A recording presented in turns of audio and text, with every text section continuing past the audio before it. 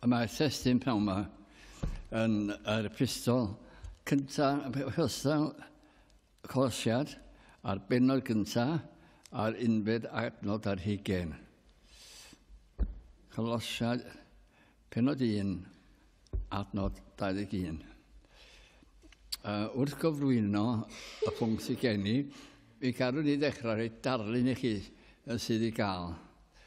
Dwi eisiau chi feddwl am y nifolion leoedd a'ch calon chi. A mewn gwirionedd, dyna'r cwbl mewn ffordd neis a dda sy'n cael ei ddweud fan hyn. O fan yna i fan hyn. A'r testyn mewn gwirionedd yw 2 air allan ar adnod. A chwithau. Ie, a ti, a chi, a chwithau. O'r nefoedd i ti. Dyna mewn gwirionedd yw'r hanes. Mae Iesu Grist yn blaenori pob dim. Mae hyn yn sicrhau perffeithrwydd yr efengil ac yn gysur i gredinwyr i feddwl ble ddath yr efengil. Wel, o'r nefolion leoedd. Galla ddim bod yn uwch. Mae meddyliwch am hynna nawr. Ydych chi'n barod i dderbyn hynna bod beth sydd yn y Beibl yma o Dduw, o Grist, ac felly, dyna ni cymryd sylw honno fo.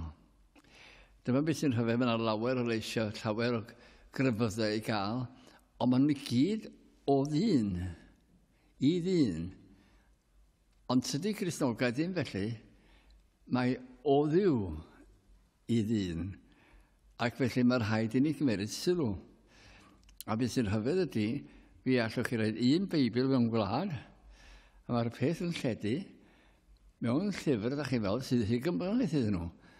Ac eto dydy o ddim. Mae o'n byw o oes i oes ac yn troi pobl at Grist. Da ni'n cael cyfnodau o ddirrywiad. Dydy o ddim yn gyfnod o ddirrywiad yn y dwyrain pell, ond mae hi yma. Ond mae di bod fel hyn o blaen. Adeg Williams pan te Celyn yn y blaen, oedd hi ddifrifo o ddanwysoldeb, llawer gwaith a heddiw, oedd hi'n ofynadwy chi. Oedd fel dim gobeith, ac oedd yr eglwys wladol yn ffyrnig yn erbyn yr efengil. A 3 dyn, Daniel Rowlands, Hywel Harris a Williams pan te Celyn, oedd nhw'n cael eu curo, oedd nhw'n cael eu llybyddio, cael eu herlyd efo cerig, cael ei gadael yn hanner marw, ac eto'n codi ac yn ymlaen, ac yn troi Cymru gyfan at Grist. Dyna beth mae Duw yn gallu wneud. A dyma beth mae bregethu'r gair yn gallu wneud. Fedrwch chi ddim mwy anghofio fo.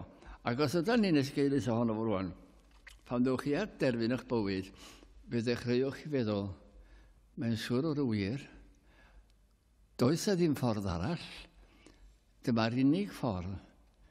Ond mae'n biti mawr ac yn driannu mawr os o'n i wedi cerdded y ffordd hyn yn rhy hwyr. Adnod 10 yn dweud, ac ydych chwi eich cyflawni ynddo ef, yr hwn yw pen pob tywysogaethau ac awdurdod. Da ni'n cael heddw gyda Duw trwy Grist. Mae awdurdod Crist o flaen y greadigaeth. Hynny ydy, nid yw syniad bach yw Iesu Grist, yr yw ddyn bach yn dod o'r nefoedd i'r ddeiar. Mae o yn y greadigaeth, ac mae o cyn y greadigaeth. A does a ddim dechrau iddo fo. Mae fel Duw y Tad, y Mab a'r Ysbryd Glân, oedden nhw yna erioed. Does dim dechrau iddyn nhw, a does dim diwedd iddyn nhw chwaith. Ac felly pan ych chi'n sôn o'n rhain, nid sôn am ryw gwbl bach yn cael pwyllgor i chi, ond sôn am yr unig un sy'n dal y cyfan yn fyw, sy'n creu y greadigaeth, a dyw'r greadigaeth, mae'n peth bach hydnod yn ei gallu mawr nhw, Duw.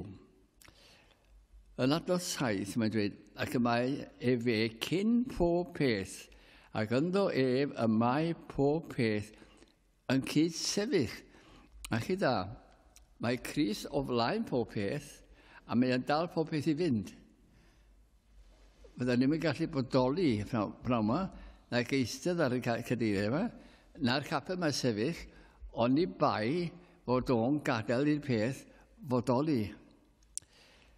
A mae o'n blaenori y drefn o achubiaeth. Wy'n meddwl weithiau pryd ddath y syniad yna iddyn nhw. Yn yr ugeinfed adnod, ac wedi ddefnyddio'r heddwch trwy waed ei groes, trwyddo ef cymodi pob peth a gef ei hun. Trwyddo ef, meddwl, pa'n bynnag a'i pethau ar y ddaear, a'i pethau yn y nefoedd. Mae'n cyfeirio yn gynnar yn parti geni am waed Iesu Grist, am groes Iesu Grist, ac arbenigrwydd Iesu Grist hefyd. Y mae Crist o flaen pob peth, ac iddo ef y mae pob peth. Trwy Grist a'i groes y ceir y bydysawd i'r berthynas iawn I Dduw. Bellach, y mae Crist ar ddeheulaw Dduw. Y mae hefyd yn rheoli yr holl greadigaeth gogoniant I Dduw. Wel, lle mae Crist? Os ydych chi yn mynd I wahanu, un Dduw sydd, ond da ni'n sôn am 3. A mae'n anodd esbonio sydd mae 3, ond mae 3, y tad, y mab, yr ysbryd glân, ac eto maen nhw'n un. Mae'n rhywbeth tri hwnt sy'n meddyliau bach ni. Yn adnod 16, canis trwyddo ef y creuwyd pob dim ac sydd yn y nefoedd ac sydd ar y ddaear, yn weledig ac yn anweledig, pa yw'n bynnag a'i thronau, a'i arglwyddiaethau, a'i tywysogaethau, a'i meddiannu pob dim a greuwyd trwyddo ef ac iddo ef. A bob dim wedi cael ei greu ganddo ef ac gogoniant iddo fo, neb arall. Nid I blesio neb arall, ond iddo ef. Wedyn mae'r geiriau yma a chwythau. Daw y geiriau hyn o'r nefoedd fyny a'r hoddi I ni gip o'r gogoniant. Allech chi ddim, sut mae hyn yn berthnasol I mi? Wel, dwi yma. A da chi bod fo chi yma. Nid breuddwyd ydych chi. Nid rhyw niw bach da chi. Ond da chi'n berson. A da chi'n meddwl. A da chi'n gobeithio. Ac yn digaloni. Ac yn calanogi. Bob math o beth o. Da chi yn fel byd bach yn eich hunan. Ac yn beth ydw I? Pwy ydw I? Yn hongiau mewn rhyw blaned bach, mewn bydysawd mawr, pwy ar y ddaear ydw I, a ble dwi'n mynd, a beth yw'r diwedd, lle byddai, ac ydych chi'n sylweddoli. Mae'n nifeiliad yn hyfryd iawn, ac I raddau, maen nhw'n gallu meddwl dim bach. Ond mae'n rhywbeth gwahanol â ni. Mae'n rhywbeth fan hyn, yr enaid. Yr enaid. Gall eich enaid chi ddim marw. So allech chi cael nawr anffyddiwr yn dod, dwi ddim yn credu mewn byd a ddaw, a dwi ddim yn credu mewn enaid. Credu neu beidio fi ddaeth o sefyll o laen Dduw. Ddim os beth mae'n dweud, mae ganddo enaid a gallaf ddim osgoi hynna. Mae I ni enaid anfarfol. Yn yng nghartre fi, yn had yma, mae gen i Feibil mawr Cymraeg hem, Feibil Peter Williams yn ei alw fo. A'r hagymadrodd mawr llythyr hir gaddo. Ac dwi'n gwybod os wedi darllen yr yw'r chwaith, ond dwi'n cofio'r geiriau dechrau. Enaid gwerthfawr. Na cheiriau. Nid pobl neis, nid helo sydd â chi heddiw, ond enaid gwerthfawr. Ac mae gen I syniad am hyn, ble fydd fy enaid I pan fydd y corff bach yma wedi marw. A mae hwn yn marw. Allai brofi fe yn y pwlpid I chi. 20 mlynedd yn ôl, oeddwn i'n edrych mwy ifanc. Hanner 100 mlynedd yn ôl, fas chi'n mynd nabod y person oedd yna a fi heno. A mae'n debyg yr un peth i chi. A falle bod chi ddim yma hanner can mlynedd yn ôl anyway. Ond fe ddethoch chi.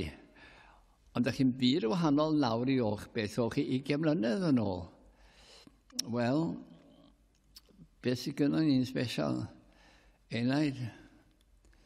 Ym mhob person am ei enaid.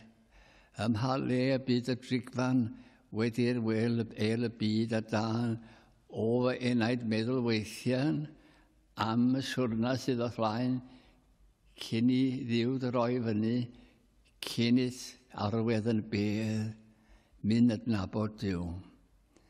Dyna'r peth yn gwirionedd. A chwythau, a chi. A dyma beth sy'n rhyfedd i fi, bod y meddwl mawr na sy'n y diwdor, y meddwl amdana fi. Dwi'n siŵr o bob un ohonoch chi ar y degau wedi bod yn poeni dipyn bach am rhywbeth. Ac mae ateb wedi dod yn rhyfeddol. Ac mae'r rhaid bod hwnna wedi dod o Dduw. Mae pawb yn cael, mae'n adegau arbennig. Byddai'n amhosibl i neb wybod beth oedd o'ch gofi chi na'ch pryder chi, ac eto fe ddaeth ateb. Gair mewn pryd. Beth mae'n neud? Mae o'n meddwl amdana chi. Yn y salmau, mae o'n dweud o'r hyn, meddyliaf amdano chi, meddyliodd amdana fi, a chi. Felly dyna'r neges sydd gen i ger eich bron chi ddiw. Daw y geiriau o'r nefoedd fyny a'r hodder i ni gip, just cip, o'r gogoniant. A gwir yw fe ddaw yn hachubiaeth o'r nefolion leoedd. Lle daeth dy achubiaeth di? Lle daeth dy sicrwydd di? O'r nefoedd. Lle daeth dy lewynydd ysbrydol di? O'r nefoedd. Fedri di esbonio ddim yn hollol. Fedra i ddweud beth yw'n credu, ond fedra i ddim esbonio fo. Mae'n anodd i esbonio, mae yna rhyw ddirgelwch mawr iddo fo. Wel, dyma ni ddechrau cyntaf. Mae gwahaniad i gael. Rhywbeth wedi'n dod rhwng ni a Duw. Da chi wedi cael hyn efo ffrind weithiau, ond ffrindiau mawr, ac yna maen nhw'n troi ffwrdd o'r wrthach chi. A da chi'n gwybod bod pethau ddim yn iawn. A'r gair da ni'n ddefnyddio pan nhw'n dod yn ffrindiau, o maen nhw wedi cymodi. Maen nhw'n siarad efo'i gilydd. Chi sy'n siarad Cymraeg bob dydd, o chi'n defnyddio yn eich ardal chi, dydy ma'n dda drws nesaf, does ddim llawer o Gymraeg rhwng nhw. Oeddech chi'n defnyddio hynna, fel oedden ni'n dweud, os o pobl wedi pwdi, os ddim llawer o Gymraeg ydyn nhw heddiw, o ddim iaith arall i gael wrth gwrs. Y gwahanu, cawn ein hatgoffa beth oeddem ni cyn adnabod Iesu Grist. Yn adnod 21, a chwythau, yr rhai oeddech ddieithriad ac elynion mewn meddwl, trwy weithredroedd drwg, yr awr hon hefyd, ac ymododd efe. Rhandwch, roedden ni'n bobl ddiarth. Roedden ni yn elynion i Dduw. Roedden ni'n rhoi'n hunan yn uwch a Duw.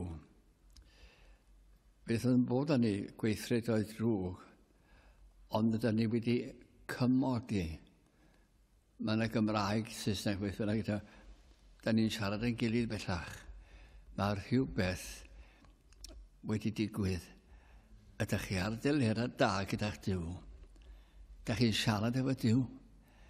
Ydy Duw yn siarad efo chi.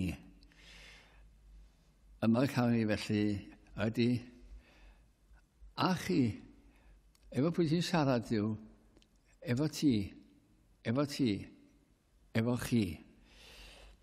Nid oes angredinwyr diniwed. Felly mae yna lot o bobl neis.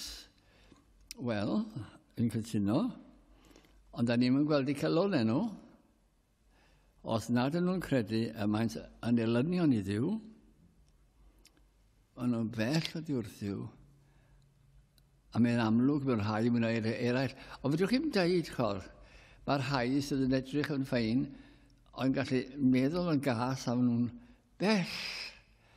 bell oddi wrth Dduw. Maen nhw'n erbyn Dduw yn gwirionedd.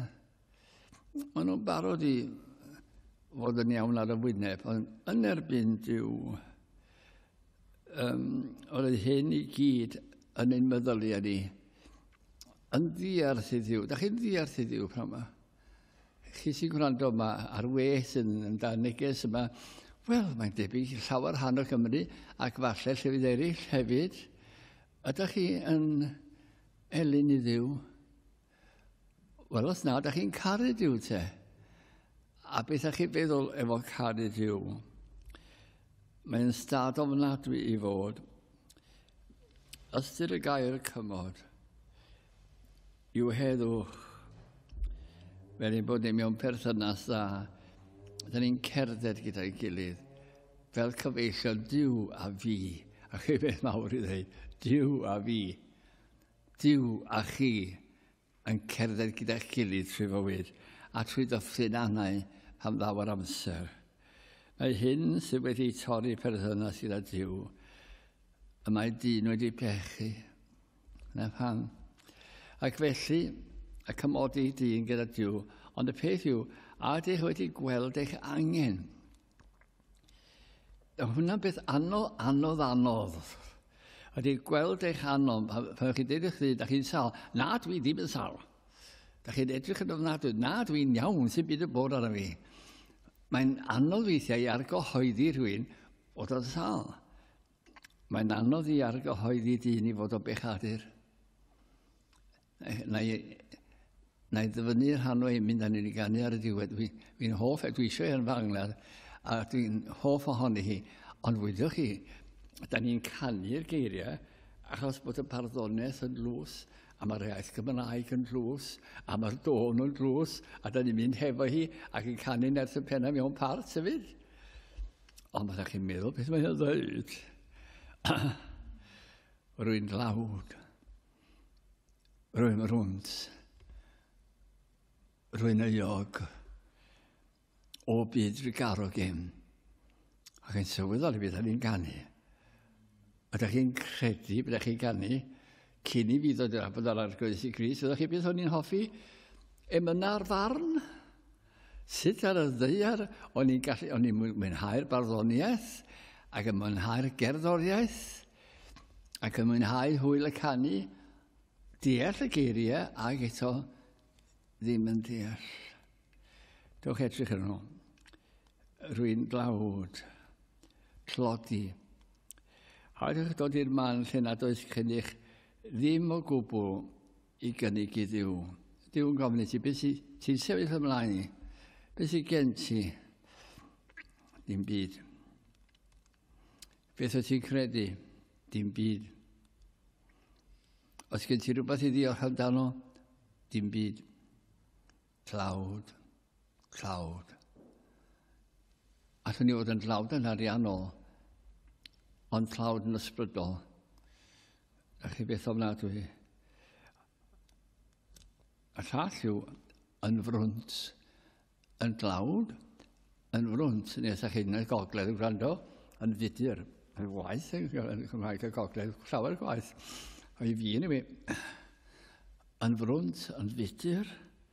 Paid ydw i hyn amdana fi.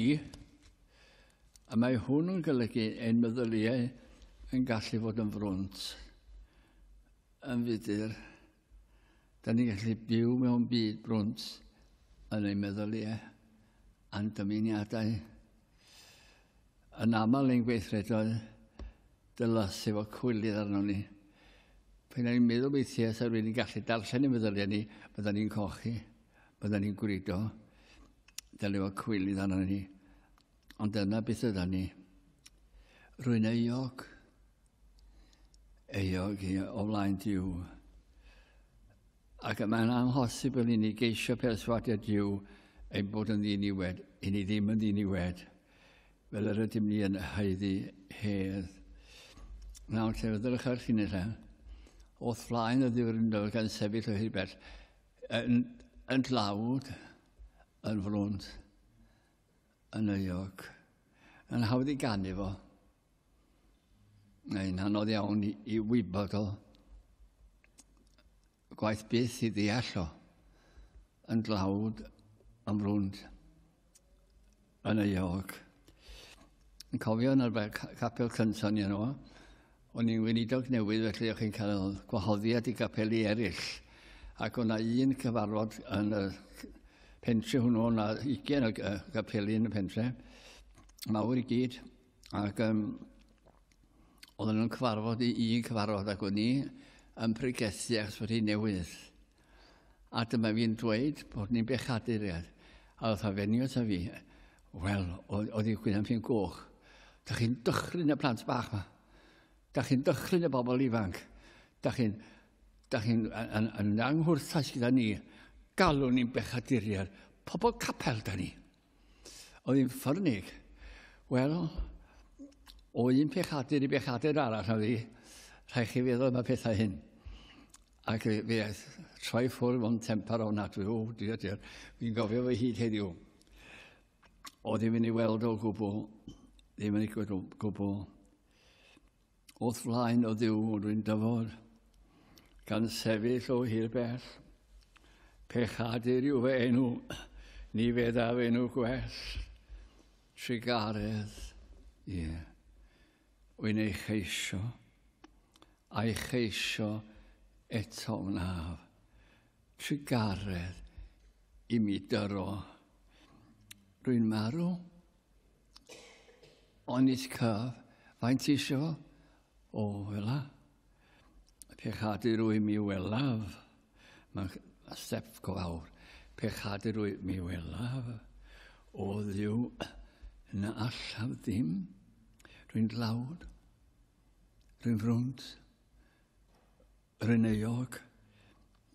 O byd y garo gym. Rwy'n addef nad oes gennyf trwy mywyd hyd o medd. O hyd o'n gweiddi pechais. Ni dwi fy nheiddi hedd. Yn gyrraedd yr ymyn nawr ar ei hanner. Yr oedd hyn yn datguddio trwy weithredoedd drwg, a mae'r haen yn cael ei dangos. Nawr, dwi am neidio i Effesiad sy'n dweud mwy na'n ddau yr un peth. Effesiad 2:13, eich bod chwi, y pryd hwnnw, cyn i chi gredu, heb Grist, wedi eich dieithrio oddi wrth wladwriaeth Israel ac yn estroniad oddi wrth amod ar y ddewyd heb obaith gennych ac heb ddiw yn y byd. Na chi adnod, mae'n dechrau heb Grist, gorffen heb ddiw. Beth sy'n y canol. Heb Grist, da chi'n ddiarth i bobl ddiw, da chi'n estroniad i bob addewid yn y Beibl, da chi heb obaith, a da chi heb ddiw. Da chi adnod. Dieithriad heb Grist, dim yr han gyda credinwyr, dim addewyddion diw, dim gobaith, ac heb ddiw. Mae'n beth marw i omladw i farw heb obaith.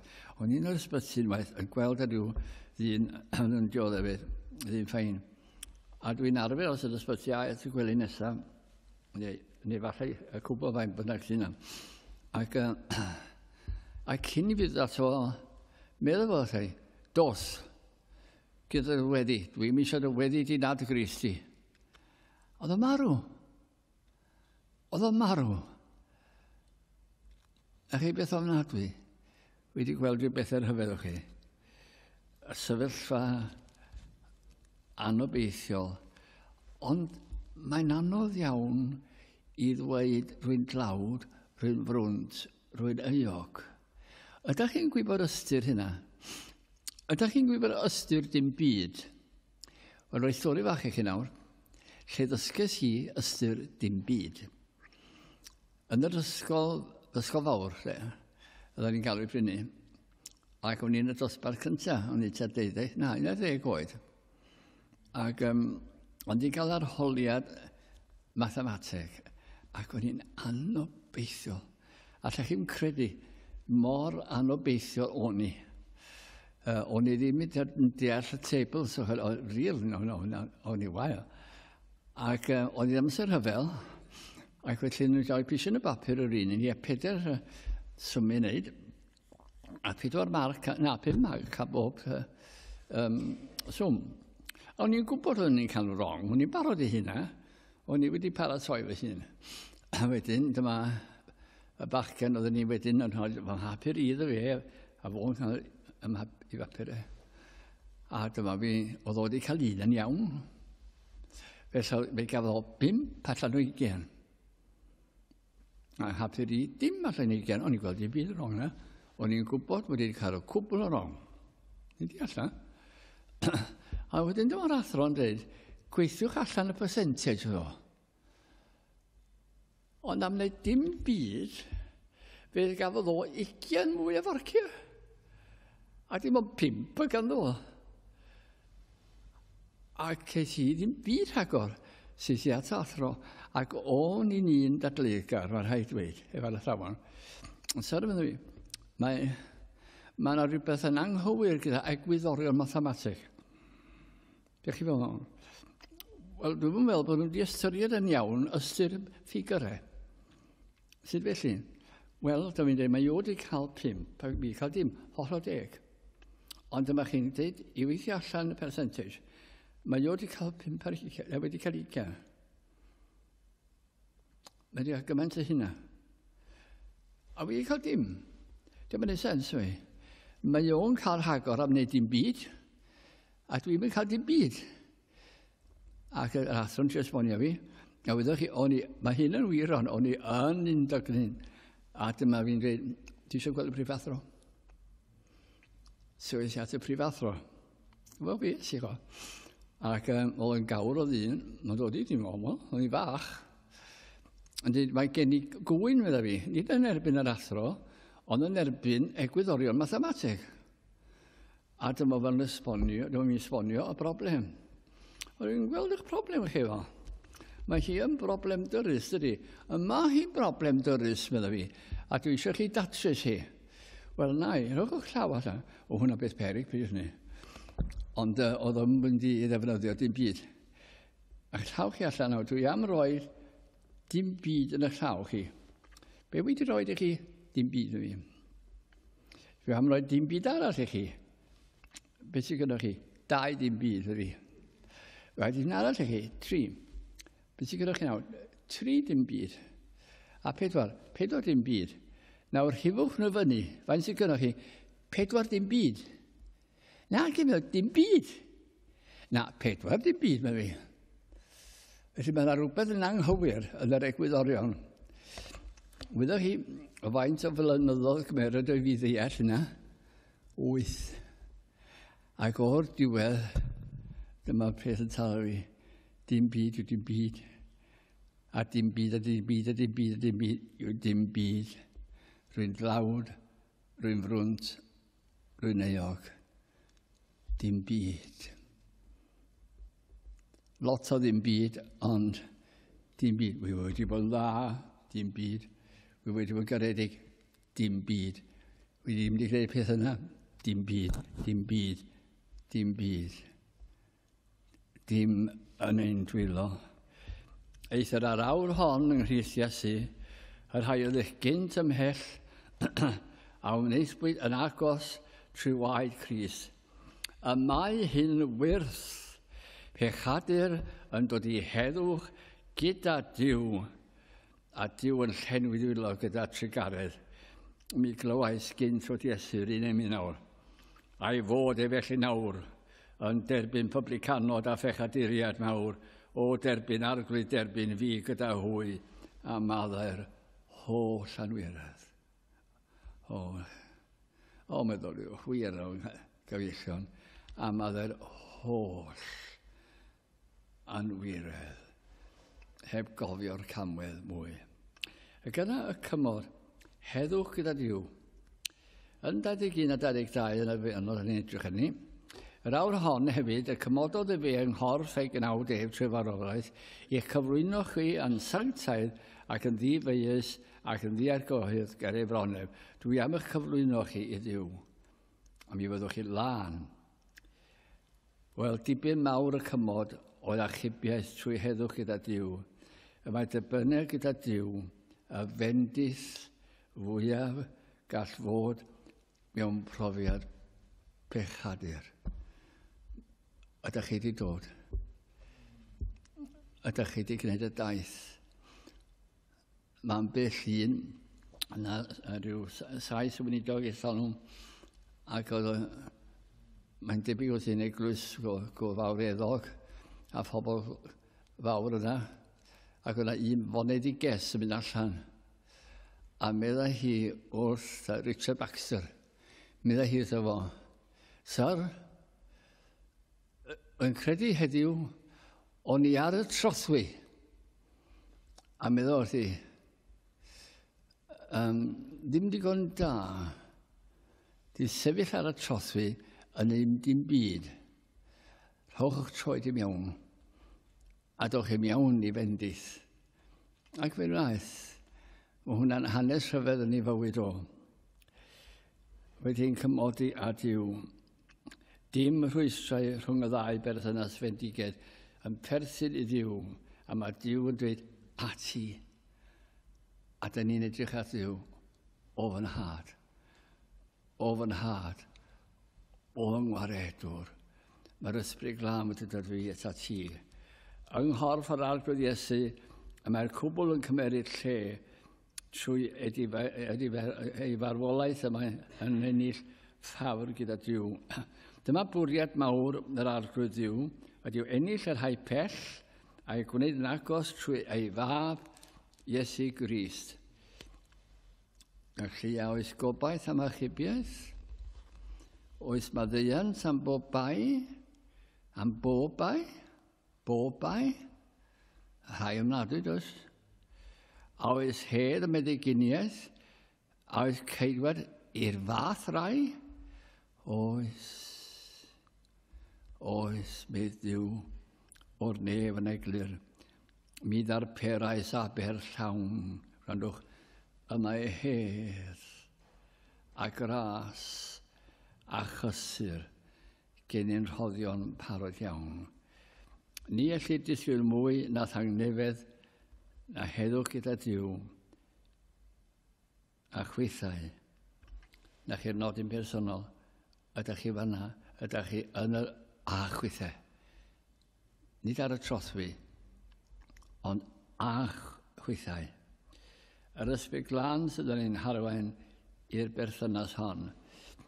Yn adnod 13:4, yr hwnna'n gwaredodd ni allan o feddiant y tywyllwch, yr hwnna'n gwaredodd ni allan o feddiant y tywyllwch, effern, ac an symudodd i deyrnas i nef, ei anwyl fab, yn yr hwnna mae'n ei brynedigaeth, trwy ei waed ef, trwy ei groes, mae'n talu pris ein pechod ni ar y groes, a bydd hwnna maddeuant pechodau.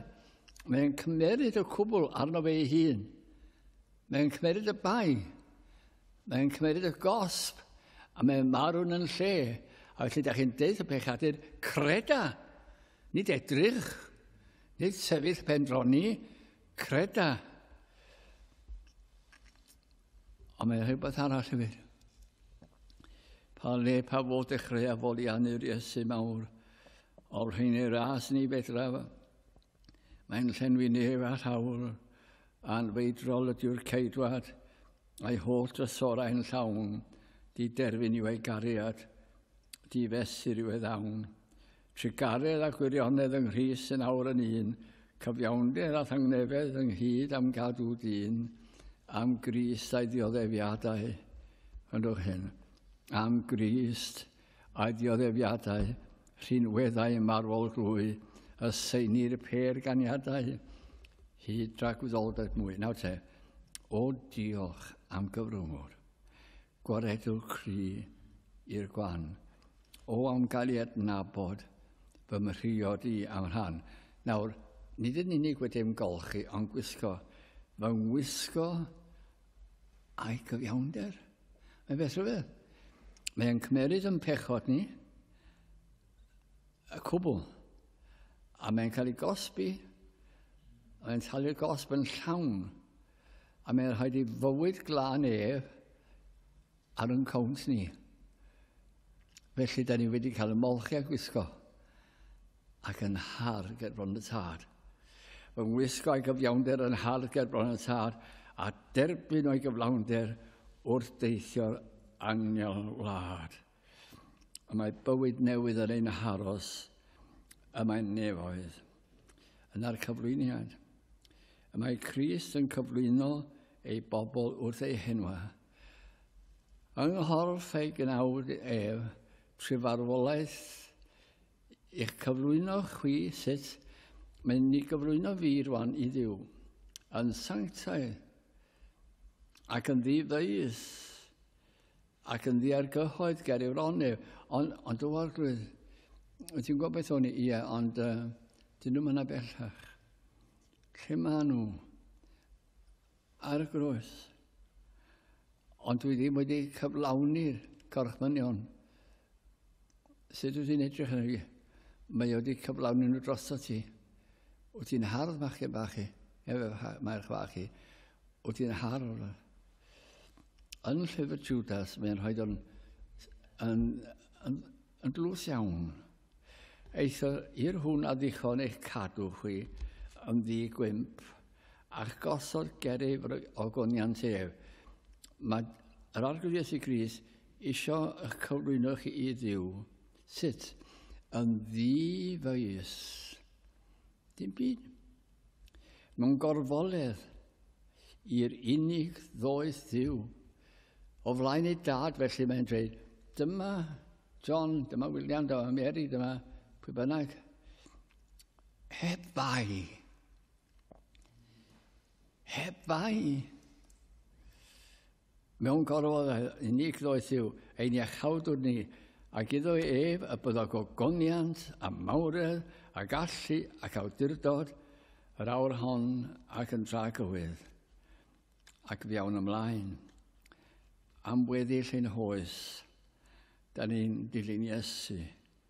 Yn Colosians 1:23, os ydych yn byrhau yn y ffydd, wedi eseilio a'ch sicrhau, ac heb symud oddi wrth obaith yr Efengil, yr hon a glywsoch ac abregethwyd ymysg bob creadur a sydd dan y nef, i'r hon yn gwneud i Paul yn wynidog. Lle ges i wybod am un, Paul? Dio ddefod o lot, ond pam oedd o'n pregethu, fe gredes. Os gadi fan hyn rhywbeth bach drws. Fe ail eglwys i oedd yn Llandewi Brefi. A fi mi yn ôl dydwch wedyn i ddiolchgarwch. Ac o'n i'n nabod nhw gyd ar ffermydd. O'n i'n gweud, wel, oedd ardal fawr iawn chi, pentre mawr. A dyma yna un gwraig fel oedd hi'n dod allan, yn cydio'n dyn yn ymraichu yma. Fe gredes unne. Na chi'n neis. Wedys un meddai, ond fe gredes unne. Mae'n sicrwydd, ac hefyd ein gobaith bywiol, hyd y diwedd yn dystiolaeth ein bod ar y ffordd i'r nefoedd. Felly sefyl gadarn yn yr arglwydd a cyflwynir ni yn fendigedig yr ydym cael ein tywys ger bron Dduw. Yn yr eglwys gynnar, os ydych chi'n cwrdd o dyn diarth ar y ffordd, mi fyddwch chi'n dweud cofodus, ble rydych ti'n mynd? A fyddai, os fyddai'n Gristnogion, fyddai un gyda'i ffon yn y llwch yn neud un lein. Ac os oedd y llall yn Gristion, oedd o'n deall ac yn gwneud sy'n groes. Da ni'n frodyr. Lle da chi'n mynd? Lle da chi'n mynd? Beth ydy'r hanes chi yn y dyffryn? Beth ydy'r hanes chi o flaen Duw? Duw a'n bendithio ni a dweud wrth bob un ohono ni, a chi tyrdi mewn. A chi tyrdi mewn. A gawn ni weddio. Diolch yn i ti o Dduw am y fraint o gael daddoli di a mae'n fraint. Diolch i ti am y nerth i wedi sefyll a chanu hefyd a phethau felly.